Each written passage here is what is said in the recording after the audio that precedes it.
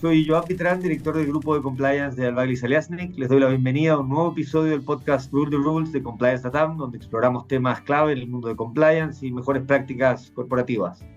Hoy conversaremos con Julio Calderón, oficial de cumplimiento y gerente de riesgos de Toyota Colombia. Bienvenido, Julio, gracias por estar con nosotros. Joab, amigos de Compliance Latam, un gusto como siempre estar acá, un gusto acompañarlos, un gusto hablar de estos temas. Qué bueno volvernos a encontrar, estén donde estén y en el horario en el que estén. Entonces, muchísimas gracias por esta invitación y pendiente siempre de lo que ustedes necesiten. A ti. Bueno, pensemos un poco como nos gusta comenzar siempre trayectoria, algo sobre cómo llegaste a Compliance. Sí, más por cómo la vida lo va llevando uno hacia estos lares, ¿no? Yo comencé trabajando para una firma de abogados en Bogotá, Colombia, ya hace más de 10 años. Y desde el 2007 que estamos, digamos que trabajando sobre estos temas, ha sido un descubrir cada día, ¿no?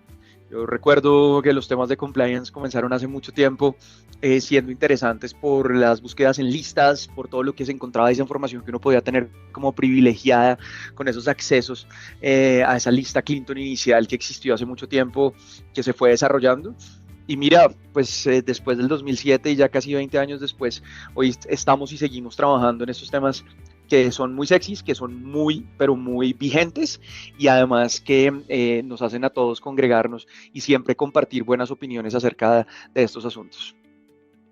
Excelente. Y una de las cosas que siempre resaltamos es que no hay en compliance, ¿no es cierto?, un copy-paste, no hay una receta para todos, es muy a la medida y depende mucho del giro y de la industria. Entonces, especialmente en la tuya, en la industria automotriz, cuéntanos cuáles son los principales desafíos en materia de compliance.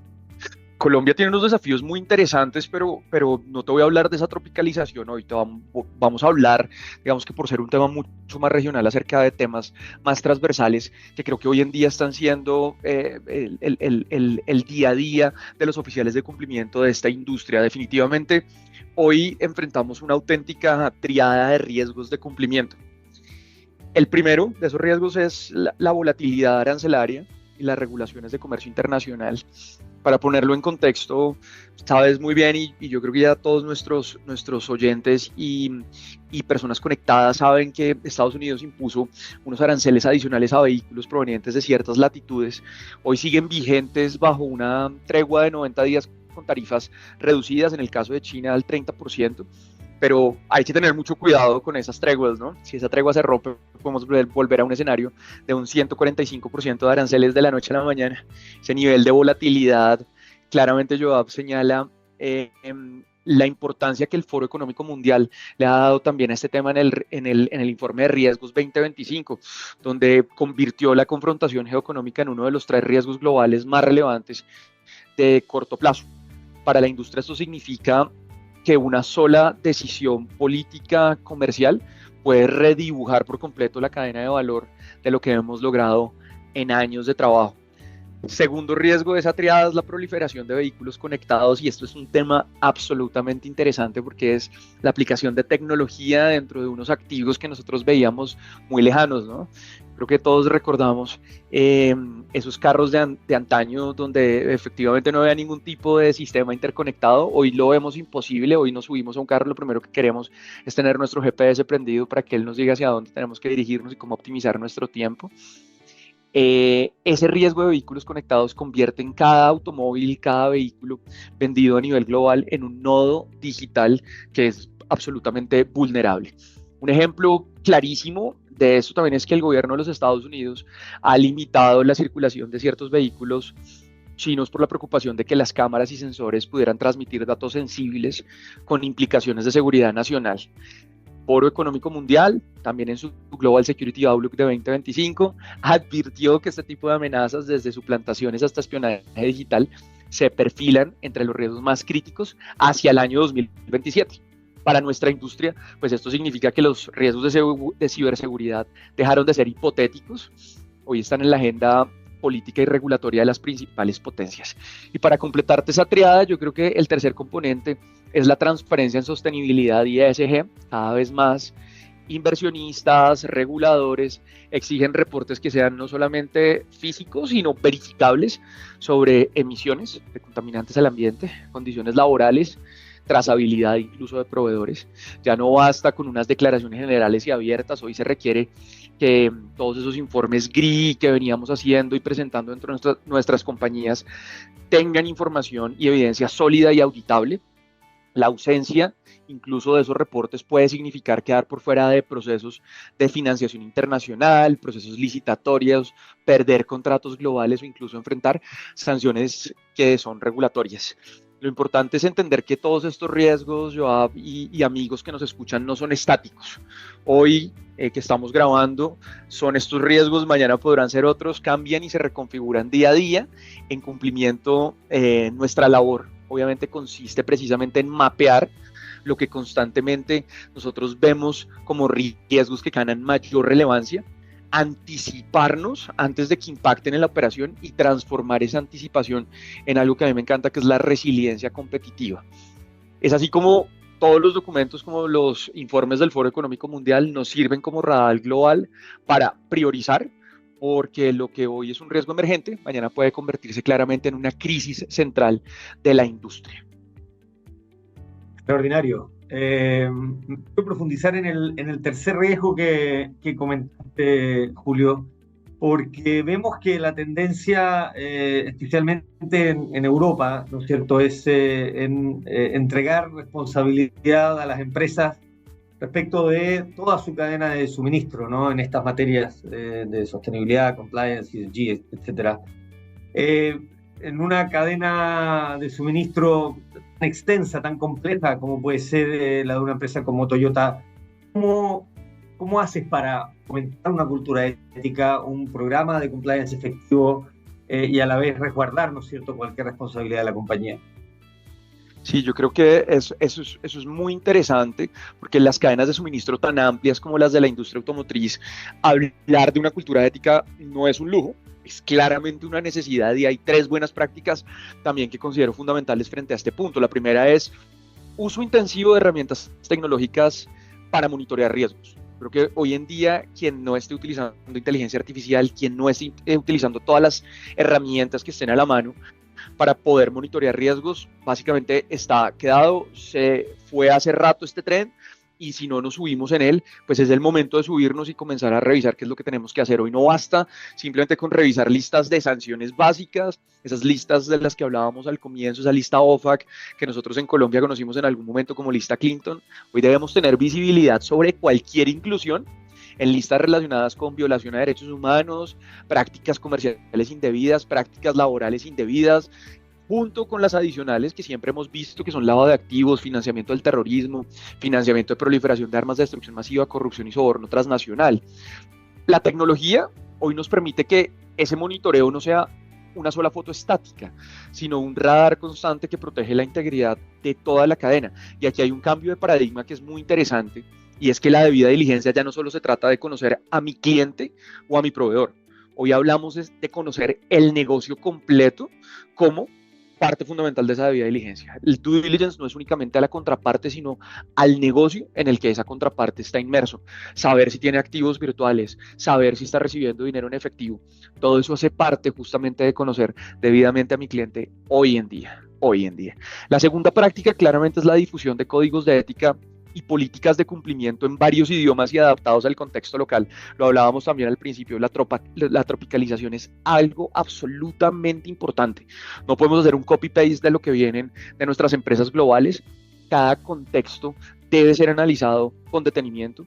Nuestra matriz de riesgos debe depender obviamente de unos riesgos locales. Una política ética que no se entienda en la base de la cadena es letra muerta. Por eso nosotros hemos llevado esta práctica un paso más allá, y es que en nuestro canal de integridad administrado por un tercero publicamos de forma accesible todos estos documentos, asegurándonos de que los proveedores y terceros puedan conocerlos y aplicarlos sin barreras culturales ni lingüísticas, que es supremamente importante. Ya nuestros códigos están traducidos hasta el japonés. Y la tercera práctica, garantizar canales de denuncia que sean accesibles y protegidos para todos los actores de la cadena, no solamente para los empleados directos. En nuestro canal de integridad, por ejemplo, hemos incorporado un aplicativo web que permite comunicación constante con el reportante mediante un chat que asegura la comunicación y confidencialidad en cualquier momento. Por esto no es suficiente si no tenemos también una política sólida que proteja al denunciante frente a cualquier retaliación, porque sin la confianza no hay denuncia, claramente. Además, el hecho de contar con un sistema externo administrado por un tercero permite que llevemos una trazabilidad y dejar evidencia de cada uno de los pasos ejecutados en las investigaciones que hacemos. La trazabilidad es importantísima, que nos permite demostrar ante la autoridad, ante un auditor o ante cualquier tercero, el trabajo riguroso que se viene realizando, y a eso se le suma la integración con herramientas como por ejemplo Power BI, que nos permite analizar la data en tiempo real y medir la eficiencia del proceso, logrando informes completos y estratégicos. En resumen, en cadenas de suministro extensa, la cultura ética se construye con tecnología, con accesibilidad real y con canales confiables. No se trata solo de tener reglas escritas, sino de crear ecosistemas donde el proveedor más lejano sepa que la integridad no es negociable y que tiene voz, protección y acompañamiento en el proceso. Fantástico. Y me imagino en esta cadena, empresas como Toyota tienen en sus concesionarios, ¿no es cierto?, un foco importante porque actúan representando, ¿no es cierto?, la marca con todo lo que ello implica. ¿Cómo gestionan esos riesgos naturales que tienen en materia de compliance? Es súper interesante esa pregunta, Joab, porque cuando hablamos de concesionarios y proveedores, los riesgos de compliance deben manejarse con una mirada, primero, integral y que combine análisis, gobernanza y cultura. Esos tres temas son fundamentales. El primer paso, según lo que nosotros hemos visto, es una segmentación de riesgos mediante una debida diligencia diferenciada. En nuestro caso, hemos trabajado en un esquema propio que no se limita a revisar bases de datos estáticas, sino que incorpora también el análisis de noticias relacionadas con corrupción, soborno transnacional, lavado de activos o financiamiento del terrorismo. Esas alertas en medios de comunicación nos permiten identificar patrones y determinar si un concesionario o proveedor representa un riesgo bajo, medio o alto, dependiendo de la zona geográfica donde opere. Con esto logramos que la evaluación no solo sea un checklist, sino un proceso vivo que se adapte a la realidad del mercado. Un segundo paso importantísimo es reforzar la gobernanza a través de espacios de diálogo estructurados. En nuestro caso, contamos con un comité de concesionarios en el que se discuten los temas más relevantes para la operación y que sirve como escenario para compartir experiencias y sobre todo consolidar las mejores prácticas. Aquí se materializa un criterio muy importante de la filosofía Toyota, que es el Yokoten, que no es otra cosa que aprender de los aciertos de unos para elevar el estándar de todos. Y finalmente, pues está la construcción de una red de integridad que sea una red compartida, de ida y vuelta. Bajo la visión de un One Compliance, One Toyota, hemos venido trabajando junto a nuestros proveedores, a nuestra financiera, en reuniones periódicas con concesionarios para revisar prácticas, identificar alertas tempranas y sobre todo compartir esas lecciones aprendidas. Ese aprendizaje viene desde algo que nosotros en la filosofía Toyota denominamos la Gemba, es decir, el lugar donde realmente suceden las cosas, el lugar donde está la acción. Una relación abierta, franca y sincera con los concesionarios donde ellos nos comparten sus principales dolencias, nos permite servir como catalizadores de esa información frente a los demás actores de la cadena de la red. El objetivo es claro y es que el estándar ético de la organización no se quede en los muros de la compañía, en esas cuatro paredes que encierran Automotores Toyota, sino que se extienda a todos los actores de la cadena de valor. En síntesis, manejar los riesgos en concesionarios y proveedores exige un modelo que combine segmentación de riesgo realista, gobernanza activa y una cultura de integridad compartida. No se trata solo de vigilar, sino de construir confianza y resiliencia en toda la cadena y de apoyarnos unos a otros. Perfecto.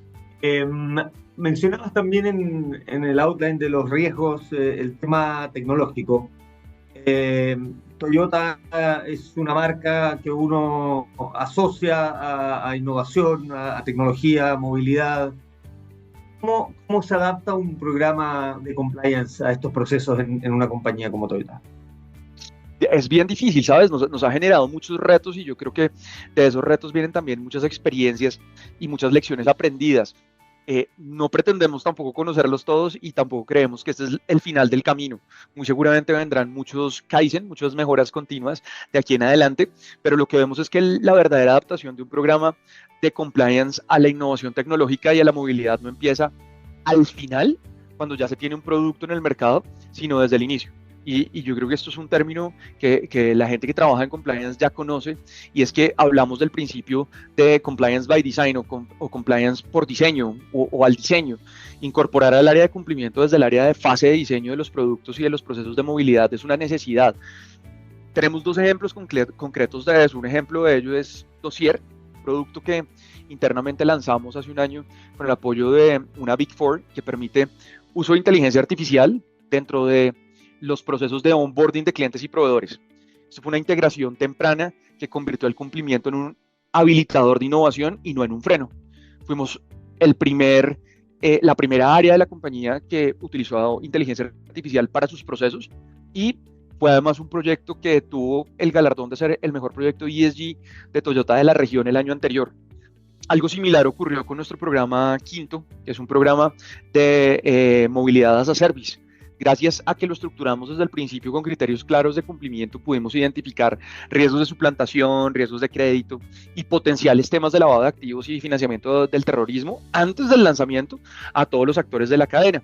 En la práctica significó que la innovación no avanzara a ciegas, sino con un mapa claro de riesgos que permitiera justamente alinearnos y alinear la innovación con la gestión.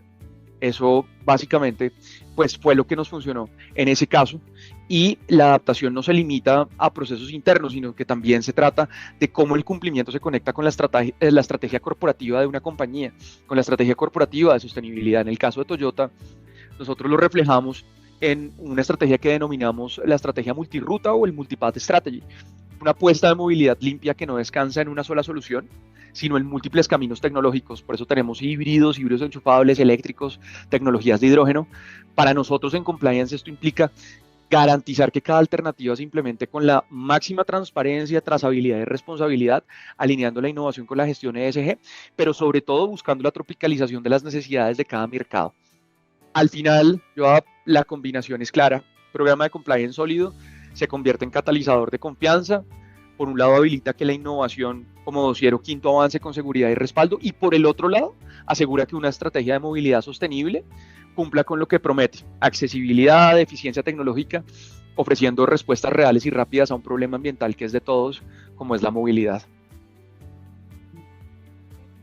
Ahora, veo en tus respuestas hay patrones muy notables de filosofía y de la cultura de Toyota. Me interesa saber cómo internamente, a través de la gobernanza y de lo que todos conocemos como tone at the top, ¿no es cierto?, de alguna manera garantizan esa consistencia en filosofía y en la cultura ética organizacional. Sí, es un tema que definitivamente viene desde Toyota Motor Corporation, desde Japón. Es un tema que siempre ha sido prioridad, porque aquí no hay que perder de vista que la sostenibilidad de una empresa está debidamente alineada con el cumplimiento de todas sus regulaciones, normas, obligaciones. Si no tenemos una estructura que sea lo suficientemente sólida para soportar ese cumplimiento, ponemos en riesgo la sostenibilidad de la compañía. Por eso es que en cumplimiento, en sostenibilidad y en innovación, nuestro propósito siempre ha sido claro, y es anticiparnos a los riesgos, acompañar a los concesionarios y proveedores y construir con ellos una red de integridad que da confianza a toda la cadena de valor. Hay un tema que es muy interesante respecto a lo que tú estás mencionando, y es nuestra filosofía. Lo que nos dice es: no buscamos ser los mejores del mundo, pero buscamos ser los mejores en cada pueblo. Cada pueblo, cada región donde estamos tiene unas particularidades distintas. Claramente Latinoamérica no es una excepción. Cada país en donde tenemos funcionamiento tiene unas regulaciones distintas, y definitivamente tiene unos retos distintos en materia de compliance, y lo que buscamos es dar y ser los mejores para lograr ese cumplimiento de compliance en cada uno de esos países donde trabajamos, que nos reconozcan y que reconozcan a nuestros concesionarios por nuestras prácticas y por nuestra integridad, y ese es el verdadero significado de lo que nosotros conocemos como el Best in Town. Entonces, desde nuestro Chairman of the Board allá en Japón, pues obviamente estos temas son absolutamente críticos y le dan toda la importancia para que nosotros también estemos muy empoderados y podamos hablar de que estamos intentando hacer las cosas bien y queremos hacer las cosas mejor cada día. Extraordinario, la verdad. Me están haciendo señas que se nos termina el tiempo, y nada, recomendar a nuestros oyentes escuchar esta verdadera clase de compliance, pero también de filosofía, como digo, porque especialmente con lo que planteabas, y corrígeme, pero como Yocoten, ¿no es cierto? De términos de esta Mejores misión prácticas. de mejores prácticas, de compartirlas para que todos el ecosistema seamos mejores, ¿verdad? Así Así es, así que es, así es, así es. realmente extraordinario, Julio. Ha sido un placer tenerte acá. Muchas gracias por tu visión, tus perspectivas y tu sabiduría. No, Para... Dale, por favor. no, de ninguna manera esperamos que tampoco sea una clase de magistral, sino que hayan muchas dudas y nos llenen de preguntas, obviamente todos los chats y todos los lugares donde quede colgada esta información, porque para eso estamos también, para poder compartir y hablar francamente acerca de los retos del cumplimiento en materia regional. Y yo creo que lo que se viene es aún más interesante de lo que hemos vivido.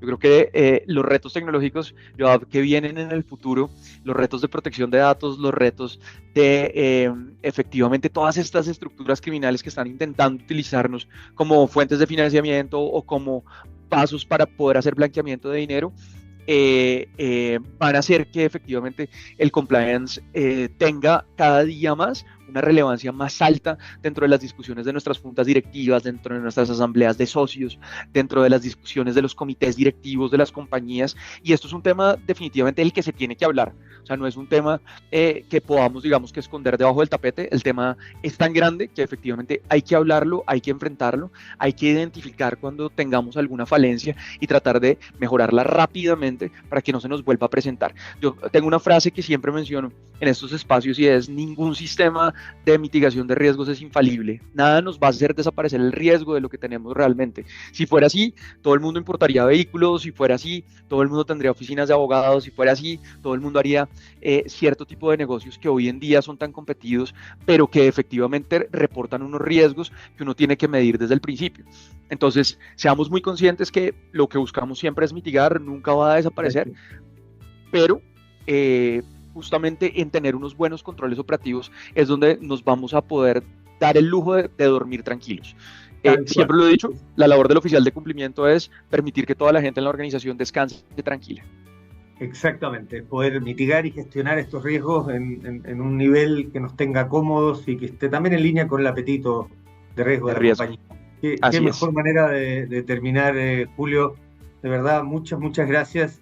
A nuestros oyentes les recordamos que no olviden seguirnos en LinkedIn e Instagram como Compliance Latam. Estamos en esta misión compartida con Julio, con Toyota y con tantos otros que buscan elevar los estándares globales, pero especialmente en nuestra región. Están invitados a visitar la página compliancelatam.legal. Actualmente tenemos disponibles guías comparadas en varios temas: protección de datos, investigaciones internas, fintech, libre competencia, etcétera. Las pueden descargar en la sección ebook. Y no olviden, 27 de noviembre en el Hotel Ritz de Santiago tenemos nuestro foro Compliance Latam.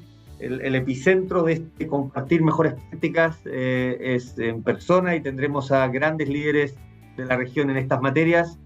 No olviden también compartir este episodio. Nos vemos en el próximo para seguir conversando sobre compliance, mejores prácticas, ética y muchas otras cosas. Gracias, Julio. Ha sido un gusto tenerte acá. Un abrazo a todos. Yo abrazo a la distancia. Gracias por todo.